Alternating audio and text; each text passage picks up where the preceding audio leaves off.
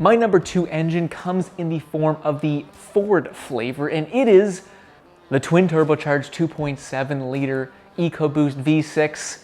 I know, absolute blasphemy to have an EcoBoost in my top engine choices, but as I mentioned on my full review, I think Ford knocked it out of the park when it comes to this 2.7 liter. Debuting in 2015, nicknamed the Nano, this was the smallest displacement engine put into a full-size pickup truck since the Second World War. And if you thought that this engine is just a smaller version of the larger 3.5 liter EcoBoost, you would be incredibly wrong. This Nano power plant's putting out a respectable 325 horsepower, 400 pound-feet of torque, and she is built like a rock.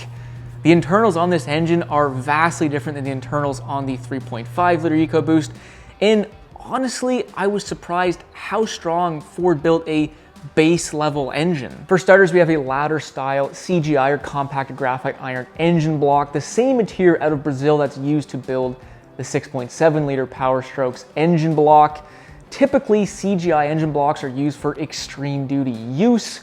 And on top of that, the main bearings are actually cast together with the engine block and then fractured afterwards, giving you fractured main caps.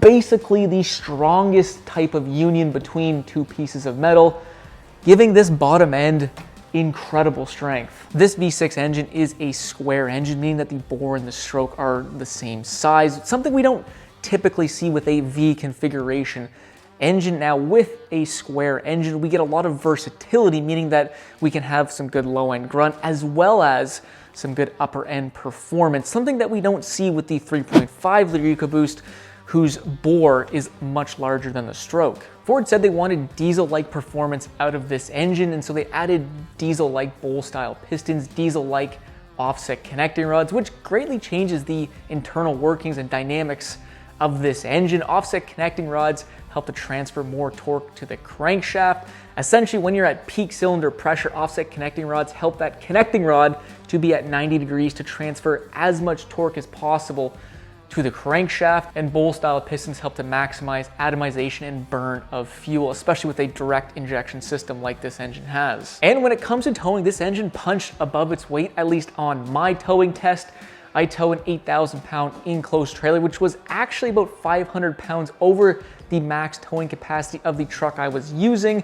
So we were overweight, and on my acceleration test, it beat out some bigger displacement, powerful V8s. And while pulling hills on the highway, once again, this engine beat out some of those bigger displacement V8s, something you just wouldn't expect out of a small 2.7 liter engine.